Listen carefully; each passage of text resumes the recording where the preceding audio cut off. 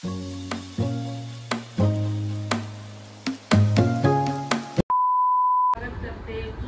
एकदा नवीन दिवस नवीन ब्लॉग मध्ये।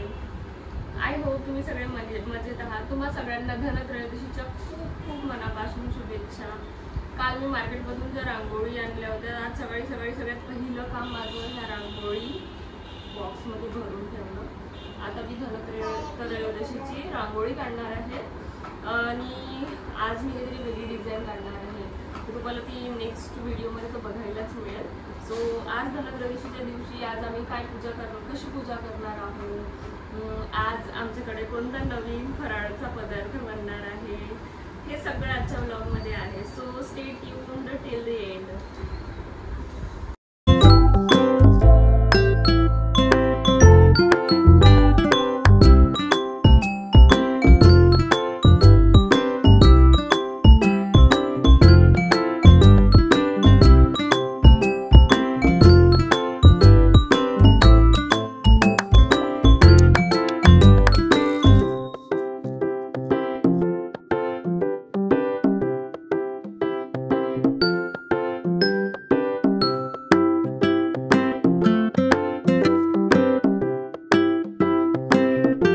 काल जे मी दिवनाला आणल्या होत्या ना, त्या मी रात्रभर आणि दिवसभर भिजवून ठेवल्या, कारण जर याच्यात डिरेक्ट तेल टाकलं ते खूप जास्त तेल पितात। तर आज आहे धनत्रयोदशी, तर आजच्या दिवशी 13 दिवे लावतात। तर आता मी पूर्ण दिव्याबातीची तयारी करणार आहे।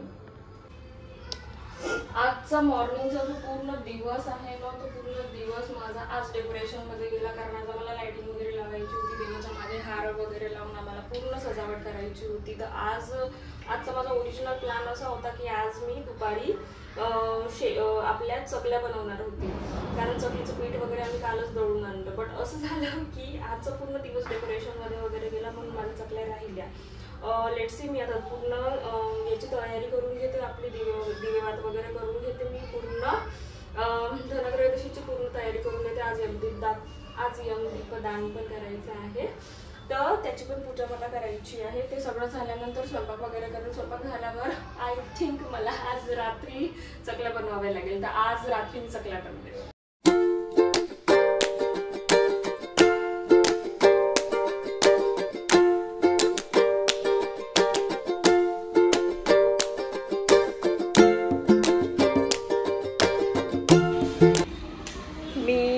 लक्ष्मी पूजनच्या दिवशी 5 माठ वगैरे ठेवून पूजा करते। आज मी फक्त लक्ष्मीला धन्यात ठेवून आणि श्रीयंत्राची पूजा करते।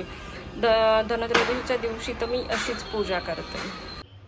हा जो दिवा आहे तो मी यमासाठी बनवलेला आहे। धनत्रयोदशीच्या दिवशी यमदीपदान करते ना, म्हणून मी हा दिवा बनवलेला आहे। मी मगाशी बनवून ठेवला होता दिवा, बट आता थोडासा रात्री 12-1 पर्यंत जळला पाहिजे, म्हणून मी आता रात्री 10:30 वाजलेले आहे। मी आता लावते, पण तो आरामात 12-1 पर्यंत चालेल।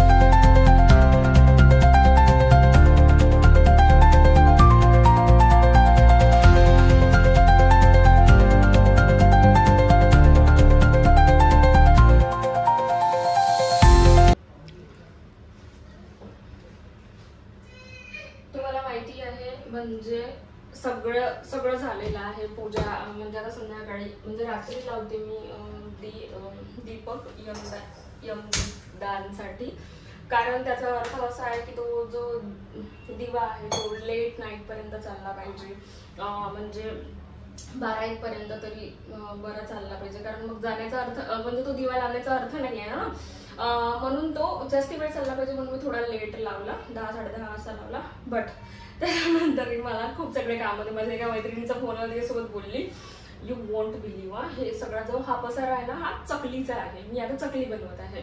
कॅन यू इमॅजिन, म्हणजे आता किती वाजले असेल?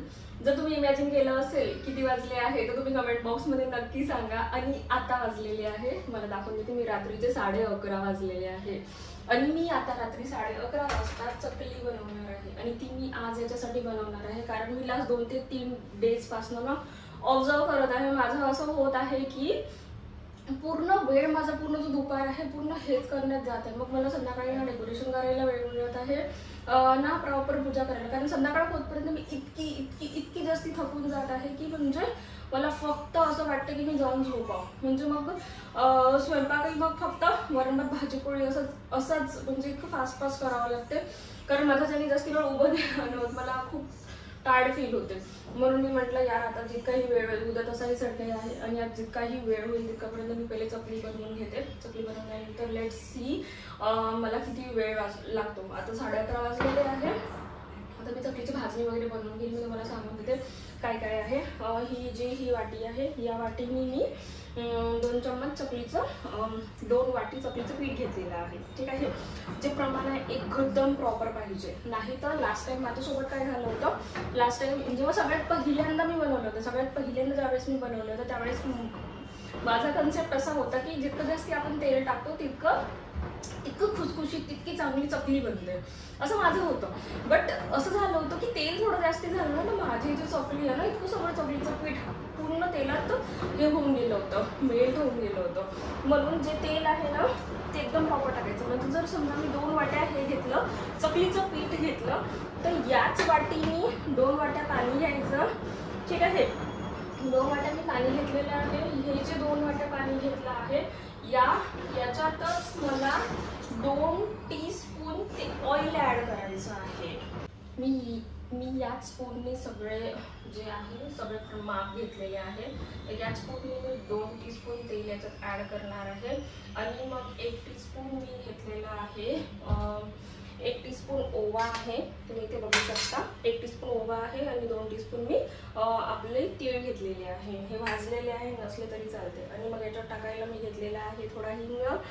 आणि जो मीठ तिखट आहे ते तुम्ही अकॉर्डिंग टू युअर म्हणजे चॉईस घेऊ शकता. तुमच्याकडचं तिखट, माझ्याकडचं तिखट खूप जास्त तिखट आहे तर मी 1 चम्मच घेतलेला आहे.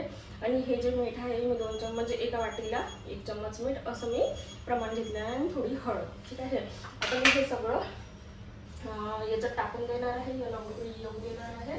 आणि मग त्याच्यानंतर मी याचं पीठ टाकणार आहे. आहे ना, पाण्याला चांगली उकळी येऊ दिली, चांगली उकळी आली. उकळी आल्यानंतर मी त्याचे पूर्ण पीठ टाकून काढलं होतं, तुम्ही इथे बघू शकता. आणि पीठ टाकताना मी त्यासाठी व्हिडिओ शूट नाही केला, कारण थोडंसं जे लम्स बनले असते ना तर मला चकली बनवायला थोडा म्हणजे त्रास झाला असता. म्हणून मी डायरेक्ट पाणी गरम झालं, पाण्यामध्ये मी हे टाकलं, त्याला छान असं हे केलं, मिक्स केलं आणि गॅस बंद करून दिली. ठीक आहे, आता 10 मिनिट्स मी याला असं झाकून ठेवेल. 10 मिनिट्स नंतर मी त्याचे गोळे बनवून त्याच्या चकल्या बनवले. माझा व्हिडिओ म्हणून नंतर ओके. हे जे आहे ना आपण गरम काढतो, थोडं कोमट असते हे, तर थोडं हाताला गरम लागते. इतकंही काही नाही राहत, आपण इझिली करू शकतो. याच्यामध्ये जितकं मावेल तितकंच आपण हे काढायचं आणि करायचं. त्याने कसं होते ना, त्याने असं होते की म्हणजे ते जे बाकीचं पीठ आहे त्याला बाहेरची हवा लागत नाही किंवा काही नाही राहत, एकदम छान नरम होते. तर मी अशा चकल्या बनवणार आहे. आता मी तुम्हाला एकदम काटेली चकली बनवून दाखवते. आणि मी एक ऑलरेडी चकली बनवलेली आहे, मी तुम्हाला दाखवते. आणि आता जे तुम्ही खाली त्याला ऑलरेडी तेल लावून पण घेऊ शकता, म्हणजे त्या जे चकल्या आहेत त्यानंतर बनला का सर्कल बनला. लेट्स सी राउंडची चकली. वा वा वा, याला म्हणतात हेल्प.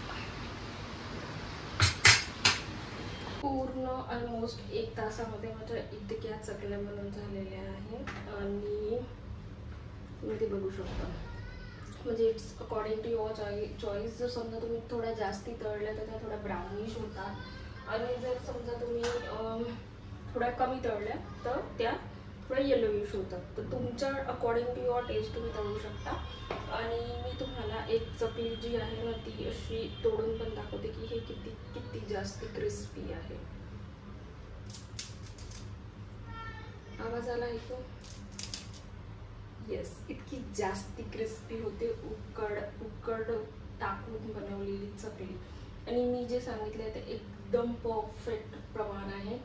आता झालेला आहे रात्रीचा 1 वाजलेला आहे आणि माझा हा जो आहे चकली झालेली आहे.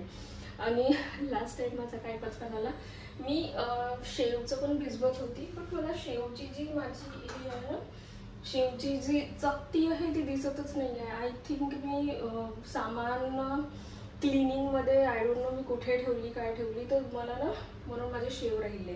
कारण मी आता शेव बनवणार होती.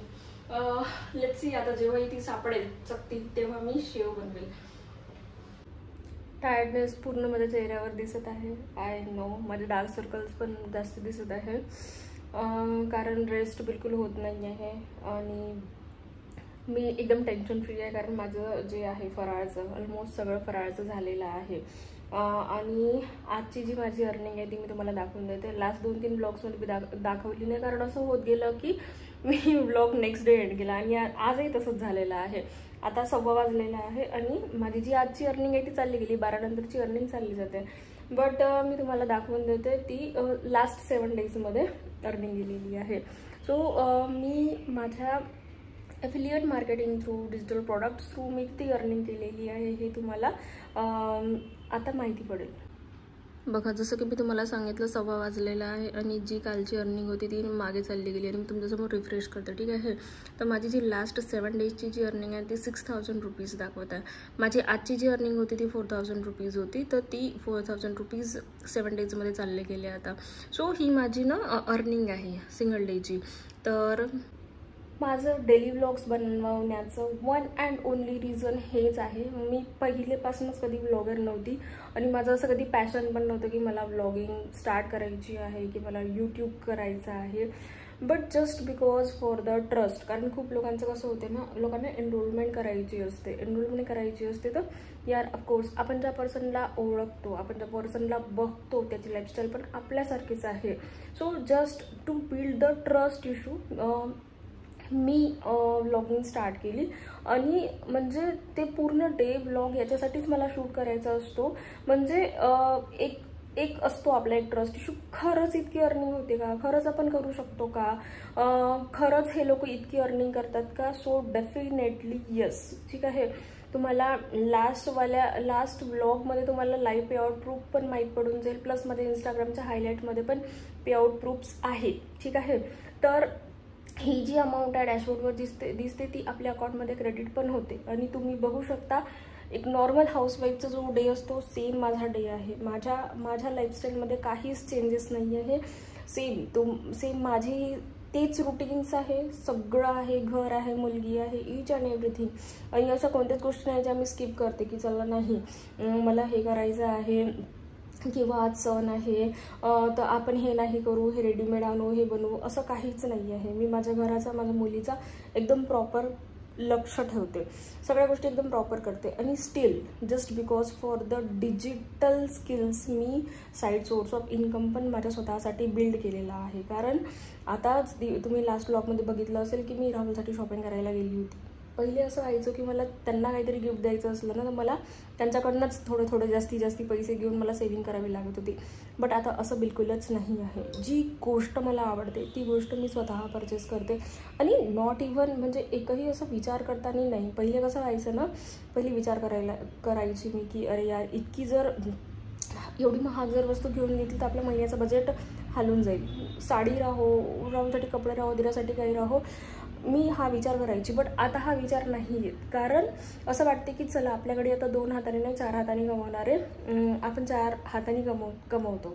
तर म्हणून एक कॉन्फिडन्स असतो आपल्याला. आणि एक कसं आहे ना, एक स्पेस असते. प्रत्येक वेळेस विचारावं नाही लागत की हे घेऊ का. तर ती जी आहे ना, तो जो कॉन्फिडन्स आहे तो तुम्हाला फक्त आणि फक्त जेव्हा तुमच्या हातात पैसा येतो त्याच वेळेस येते. आणि जर समजा तुम्हीही इंटरेस्टेड आहात, तुम्हालाही ॲफिलिएट मार्केटिंग, फ्रीलान्सिंग अशा डिजिटल स्किल्स थ्रू एक गुड सोर्स ऑफ इन्कम तुमच्या कम्फर्ट झोनमधून अर्न करायचा आहे. सो खाली तुम्हाला नंबर दिलेला आहे, तुम्ही डिरेक्टली मला व्हॉट्सअपवर कनेक्ट करू शकता. See you on WhatsApp. आणि माझा व्लॉग छान वाटत असेल तर लाईक, शेअर अँड सबस्क्राईब.